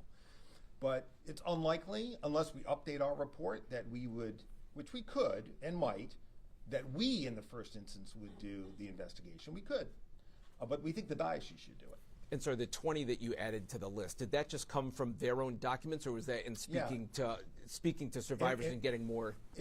For the most part, from their own documents, including this Father McCraw that Sean spotted in a note in another file that prompted us to ask, well, give us Father McCraw's files, because we didn't ask for every priest. We asked for records that pertain to allegations of abuse, right? A lot of records down there. I believe they're mostly in Cranston, aren't they? Is that where that record center is? In the cloud. Oh, in the cloud now? Well, our records are now in the cloud, yes. Yes, for certain. Other questions? Yes. 2 questions. One, go ahead. Can I take this young lady here first, and then we'll come back to you? About the diocese Yep. being reluctant to offer financial compensation. Yeah. Is it your opinion that they're more worried about the money or about having millions of dollars put out there earmarked towards victims that would change their reputation? I don't know, but I think the reputation is what it is. I mean, this it's kind of hard to read this and not come away with the story. So the reputation now is what the reputation is. And it's not hard to do the right thing. And I think they should just do the right thing. They have an opportunity, right? It's a new bishop. I haven't met the bishop yet. I hope I'll have that opportunity. I've told people in other industry this. As a lawyer, at some point you have to stop listening to the lawyers. The lawyers are always going to tell you, be careful, don't admit anything, don't take responsibility. Lawyers are by definition risk averse. But when you're leading something, sometimes you have to say, stop lawyering. And it's a different decision tree. And I've come to recognize that here, and I've in healthcare, for example, where the lawyers are kind of driving, and you can feel it. The lawyers are driving, or frankly, in the Brown shooting, the lawyers are not my lawyers. Other lawyers are driving responses. Like, no, that's not what's needed in the moment. What's needed in the moment is not the lawyers, and that's coming from the lawyers, Tim. That's coming from the lawyers. That's not coming from this bishop, from what I can tell. This bishop, respectfully, has an opportunity here. And I, as a Rhode Islander, I hope, even though I'm not a Catholic any longer, I hope that he takes it. You've suggested that there's something healthy for society about getting the whole story out thoroughly, comprehensively, clearly. Yeah. A couple of questions. Your colleague in Massachusetts has done a similar report. Would you encourage, but they've not made it public. Would you encourage them to do so? I would. I don't know what particular laws or risks there would be in making it public, I don't want to speak for Andrea Campbell, who I have tremendous respect for. But I do think, this is, and I don't know if she used a grand jury and that's what's driving part of that, but to me now, this is the constant thing that I have to go through a lot. Public corruption matters, excessive use of force matters. This matter. You have to decide whether you use a grand jury or not, and that is a very difficult decision to make when you're starting an investigation because you don't know where it's going to lead you, right? And I would love to avoid that by the legislation I've already referenced. Second question. Yeah. You said you were an altar boy? I was. You just said you're no longer a Catholic? Yeah. Does that have anything to do with this story and the church's handling of this issue? No. If I'm, try to be candid with you, my wife is an Episcopalian, and when we got married, she felt strongly about raising her children in the Episcopal Church, and so I went from St. Mark to St. Matthew's, and it took a while for my mother to talk to me and my aunt to talk to me for a little bit there. Really, my aunt said to me, my Aunt Gertrude said, "How did you get roped into that one?" And she's standing right over there, so that's how it happened. Yeah, go ahead, Ed. Two questions. You've got a lot of recommendations. What is the most important thing that can come out of this report? What would make the biggest difference? Oh, I think for survivors, and that's where my thinking always begins, is to establish those compensation programs and drop the opposition to this legislation. And if the diocese wanted a moment in time, they should come out and support it. Pull back the lobbyist. Annie's law? Yeah. Pull back the lobbyist and send him home. Yeah. And you mentioned Rep. McEntee yelling at you. I know you expected. I know you expected the report to come out months ago. I did. What took so long? Honestly, editing and polishing and making sure we were right. I want to give credit to this team. Like, we went through this report, right, guys? Line by line. Are we right? Can we say this? Is this word choice the right word choice? Are we being fair? So this is why, Tim, I kind of bristle a little bit at that question, because these guys we asked our civil division to take a look too, and we had a bunch of people out there who helped proofread this for us because we wanted to make sure we didn't have any typos, and I hope we don't have any. But it just took a lot of time to make sure we were right and we were being fair. And part of it was on me. I took a lot of time last spring to go through it personally and make edits. I did it again in October. So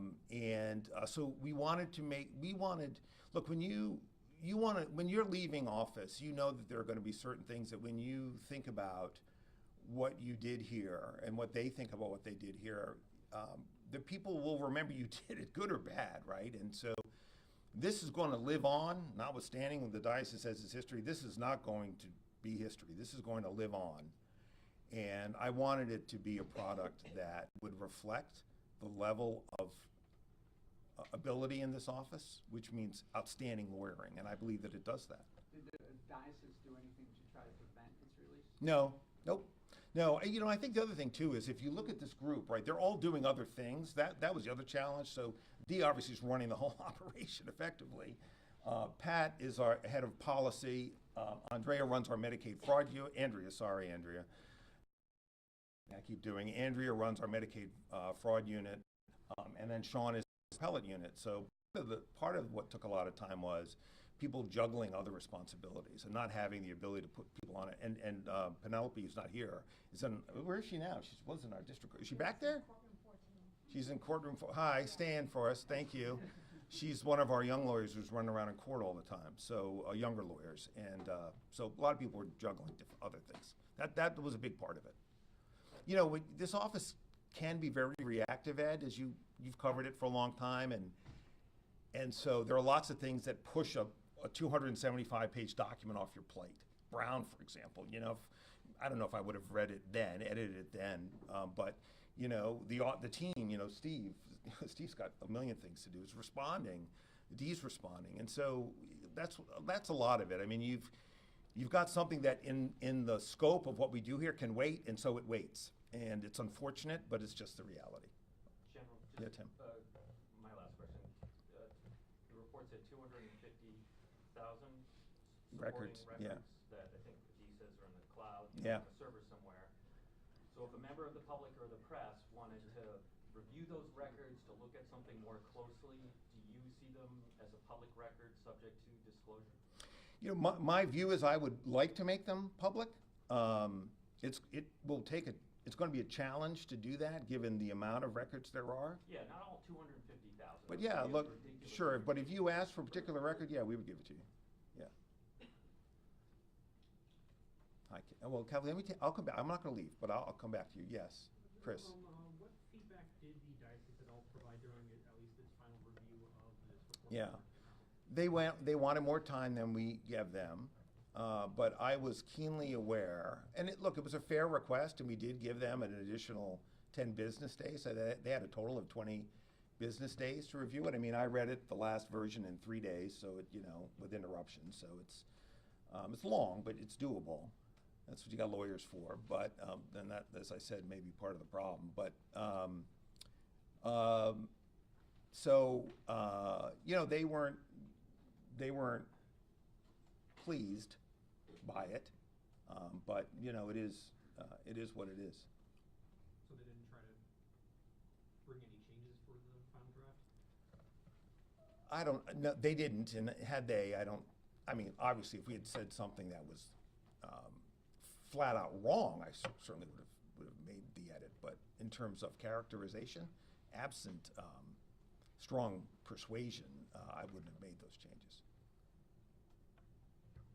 Yes. Hi. Oh, from the ground. I'm Hi. Leah from the AP. Hi, Leah. The church historically in Rhode Island and in New England was more than an institution, but part of the infrastructure of people's daily lives. Mm-hmm. And this isn't really a scientific question, but I'm curious just anecdotally what you've seen and heard in the 25 years since the Spotlight report came out. How has this changed the infrastructure of people in Rhode Island's daily lives? It's a great question. I don't know the answer. And I don't know. Rhode Island's really insular. And if you're covering for the AP, you may not be from here. Are you? I'm from New Hampshire. New Hampshire, yeah. Rhode Island's really insular. And I don't know to the extent to which something happens in Massachusetts. I'm sure people hear about it. But that's why I thought it was really important to do the report, to put it all together in one place. And the Spotlight team, I thought, obviously did a fantastic job with the Diocese of Archdiocese of Boston and drove significant change there. But I don't know how it changed Rhode Islanders' lives. I really don't. And I don't know to the extent that this will. But I don't think what happened in Boston really did. But I could be wrong. You're welcome. What was the biggest surprise for you in this report? And did anything really, really stand out to you and has been seared into your questions? Yeah, I think I was just not aware of the scope of the diocese poor response in terms of transfers. To me, it's the transfers that really get you, because every time you transfer a priest that you know is a threat to children and don't do anything in response, you're endangering other children, and I just don't know how you make that decision.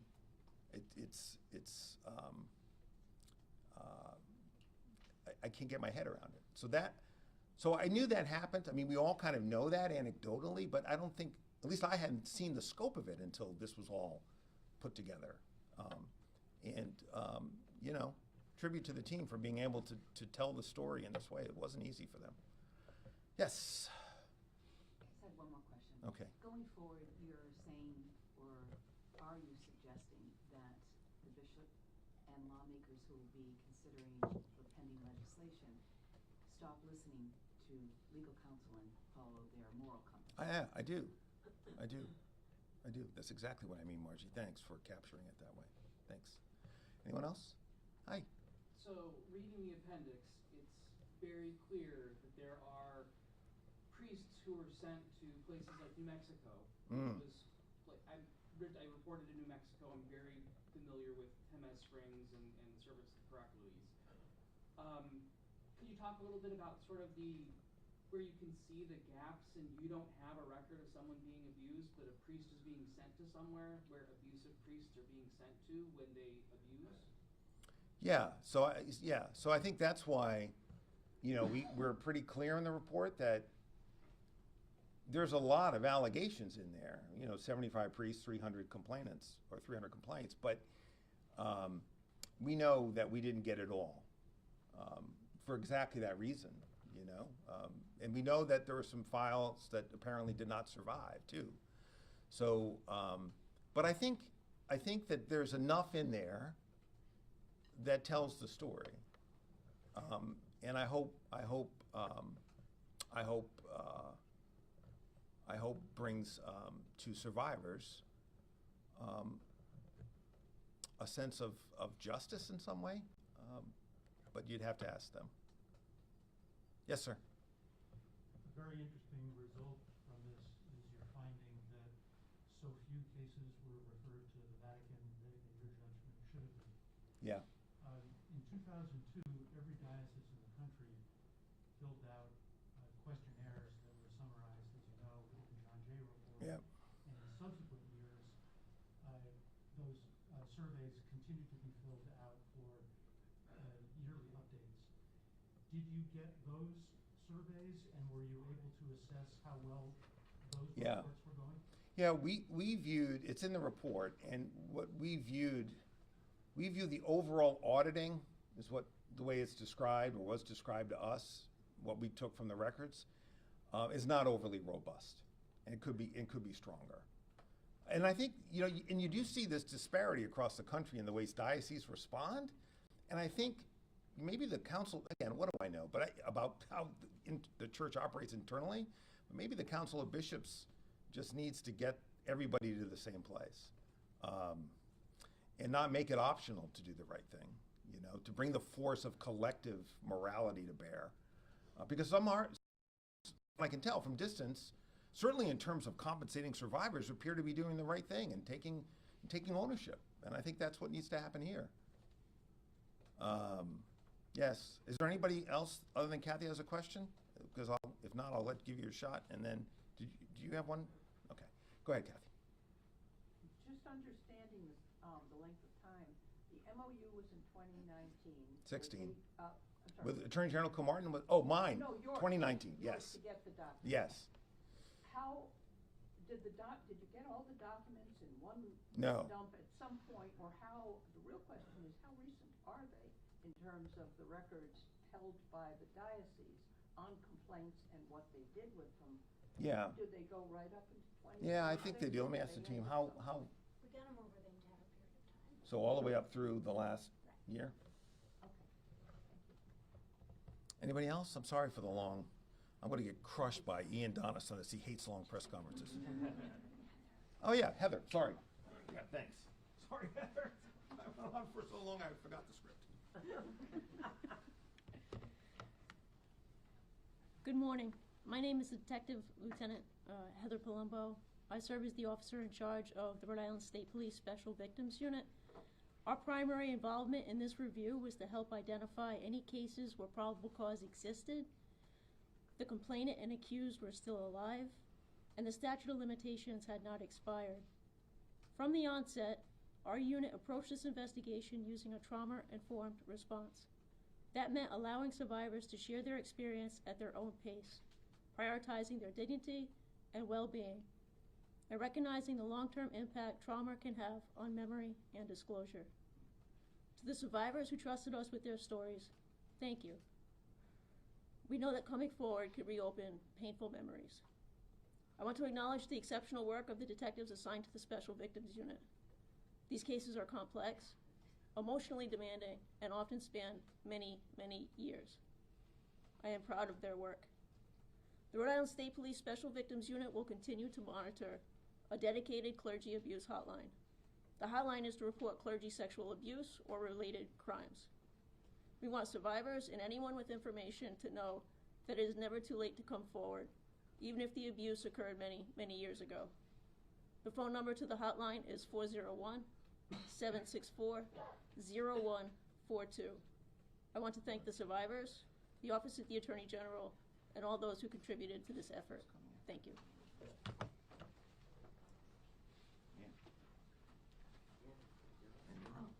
Welcome in.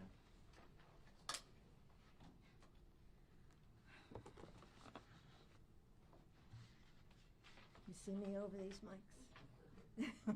Thank you. Thank you, General. You know, before I start what I was going to say, I wanted to piggyback on something General Nerona said about the diocese taking responsibility. You know, shame is something that almost every survivor I've ever met feels about what happened to them. And it is time for the diocese to feel ashamed. They should be not only responsible legally, they should be ashamed of the people, the children that they put in harm's way. And now I'll go into my nice speech. Shame really has to change sides. I've been waiting for this report for a very long time, and this day is so very important to me. My husband will tell you I've been crazy the last week. He's right. I first publicly called for the diocese to release their files in 2003, and there were Rhode Island survivors before me that were calling for it much earlier. I begged former AGs to do an investigation, to no avail, and finally, in July 2019, Attorney General Peter Nerona stepped up to the plate and started this investigation in earnest, and I thank you from the bottom of my heart, General Nerona. And I thank Adi Goldstein, Sean Malloy, Andrea Morrow, Patrick Dolan, and the members of the state police, and the rest of the team, for all your hard work. I know it was a difficult road, and it was very frustrating and surely heartbreaking along the way. It's heartbreaking just to watch this, and I've been doing this for many, many years. While you have been doing your investigation, my sister, Rep. Carol McEntee, and I and others have been on a parallel path trying to find justice and protect children through the legislative process. Our path was equally heartbreaking and frustrating, and I thank everybody that has helped us. From the bottom of my heart for your perseverance, resilience, and dedication. But today, for the first time, the people of Rhode Island can see the complicity of the Providence Diocese in a crime wave of child sexual abuse spanning more than 7 decades in black and white. I've heard the stories of thousands of survivors over the years in my role as New England SNAP leader, as a survivor myself in groups, as a therapist to survivors. In the spring, in May, I was at the Vatican for the Papal Conclave, trying to make child abuse one of the things that they use to choose the new pope. And the enormity of the crime wave of child abuse around the world by Catholic clerics was sometimes just too hard to bear, and I had to walk away and cry. But nothing's worse than hearing what it's like in my own hometown in Rhode Island. This report should make Rhode Island Catholics and non-Catholics alike gasp in horror at the organized culture of cover-up. The diocese protected scores of pedophiles while they silenced their young victims over at least 7 decades. And you've heard many of these instances. After it sinks in, I hope you will join me and say, never again. The only way to stop this culture of protecting their own is through consequences. Today, the diocesan lawyers do everything they can to prevent victim stories from being heard, and by fighting them in court and at the State House. The diocese is actively lobbying against our revised Annie's bill, which would hold them financially accountable. Meanwhile, the diocese continues to financially support many of the pedophiles in this report, paying them retirement salary, health benefits, and more. You should be outraged by this. I am. Ask any survivor who's tried to get justice or personnel files or even a sympathetic pastoral response from the diocese. Most of us will tell you the same story.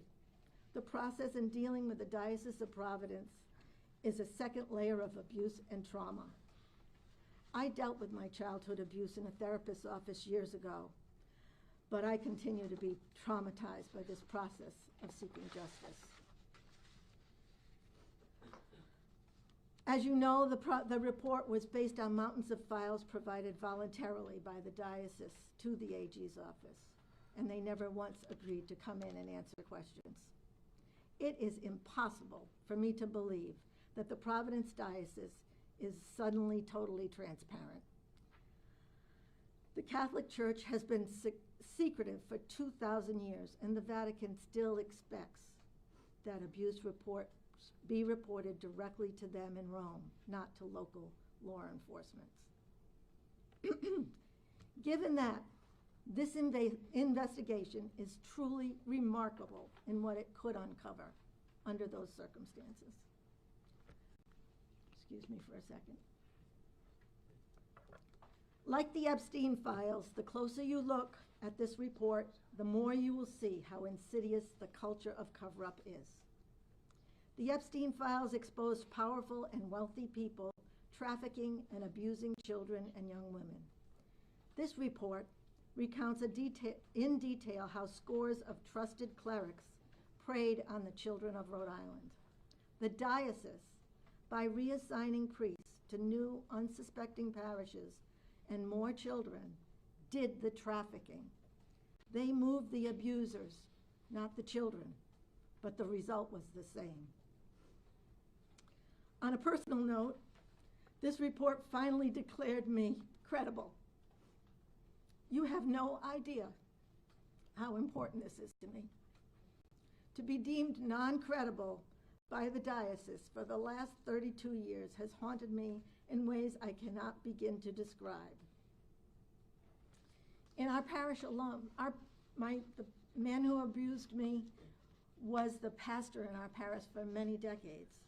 But it cannot be a coincidence that 6 credibly accused pedophile priests served at Sacred Heart Church along with him, my home parish.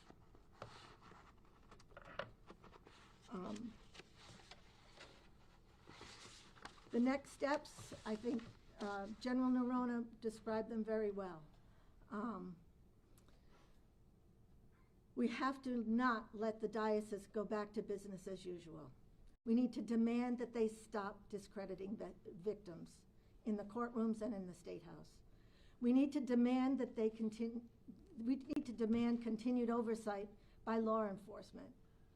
We need to change the grand jury law that prevented this from being a truly in-depth investigation of the diocese. And last but most important to me, contact your legislators. Insist that they pass this year's revised Annie's bill. Then we can be sure that the diocese and other complicit organizations will be held legally accountable. Lawsuits expose the truth and protect our children from the predators out there. Before I end, I'd like to say one last thing. Childhood sexual abuse is hard to read about, and it's very sad. It's much easier to turn away. But if we all look away, the children who are in danger today have no hope of protection.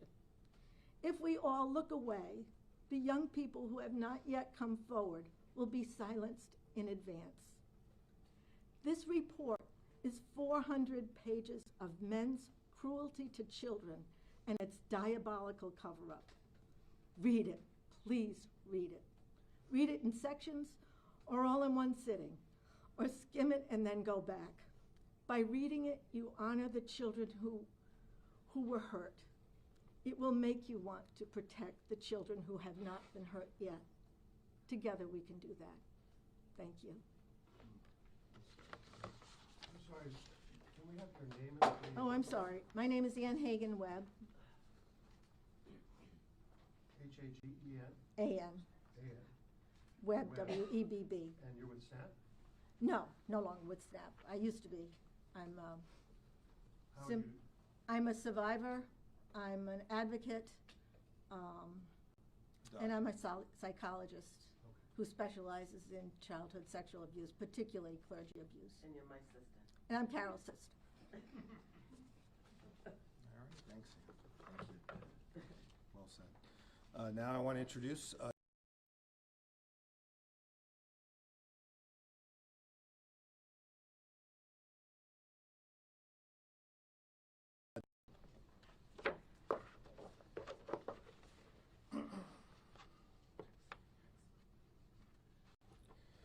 Thank you, General. Let me begin by also thanking the Attorney General and his excellent staff for their work. Quite simply, they recognized the gravity of this and they did something about it. The investigative courage demonstrated here rivals the work of the Boston Globe's Spotlight investigation into the Boston Archdiocese in 2002, and it is equally groundbreaking. The report, as you've seen, is both robust and exhaustive, outlining behavior that is grotesque and shocking to the senses. It objectively details and confirms what many have long known and some of us have lived through. That the Catholic Church, including the Diocese of Providence, has essentially overseen a child sex ring for generations. This is a situation where, as one looks more and more closely at the details, it becomes increasingly reprehensible. At the same time, taking a step back and looking at the issue as a whole, locally, nationally, globally, its enormity is stunning. The permissive and accepting environment within its parishes, marked by secrecy, complacency, and an unspoken code, cultivated an internal belief that it was somehow acceptable for men in robes to rape children. As a friend who is a priest within the diocese once confided, we asked for it, and now we've got it. Beyond the atrocities themselves, the grooming that preceded the crimes, and the betrayal of trust that followed, that reveals the depth of the depravity to which these priests descended. Aided and abetted by the Diocese of Providence, they placed their perverted desires and self-protection ahead of their spiritual mission. If one wants to learn the teachings of Jesus Christ, they should read the Bible. If one wishes to understand the Catholic Church, they need only to read this report. It's mandatory reading for anyone with children in this or any organization where a child is left unsupervised with an adult. Abuse can occur in a moment, yet its effects last a lifetime. Those who donate money or transfer assets to the church may also want to give it a read. Regarding the bishop's recent claim that this is all behind us, I wish that were true. However, pedophilia exists as an aberration of nature, and it always will.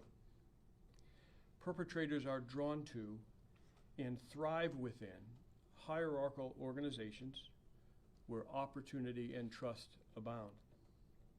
Grooming follows, then the crime, and by then it's too late. A life has been ruined, or in some cases lost. Parents and guardians, I beg you to be cautious. Trust in your deity, yet guard your children fiercely against false prophets. Today, thanks to this report, we have a public record of deviant and criminal conduct that has been kept hidden for far too long. Angela Walker, the executive director of the Survivors Network for Those Abused by Priests, hit the nail on the head recently, noting that financial settlements alone cannot repair decades of harm. Institutions must confront the systems that enabled the abuse and secrecy in the first place. This report is a major step forward in delivering that accountability. There's more work to be done for sure, but this is an extraordinary report of the Attorney General and his team, and it has brought us closer to ever to that goal. And for that, I and all of the survivors of the church's abuse are profoundly grateful. Thanks. Thank you. Okay, I think we're through. All right, everybody, thanks so much for coming. Thanks. I just want to give a last shout out to Tim Rondo and Megan Skinner for helping us get this so well organized and keeping me on track. So thanks, guys, and thank everyone in the audience. All right, I think we're good. Great job. Great job. Oh my God.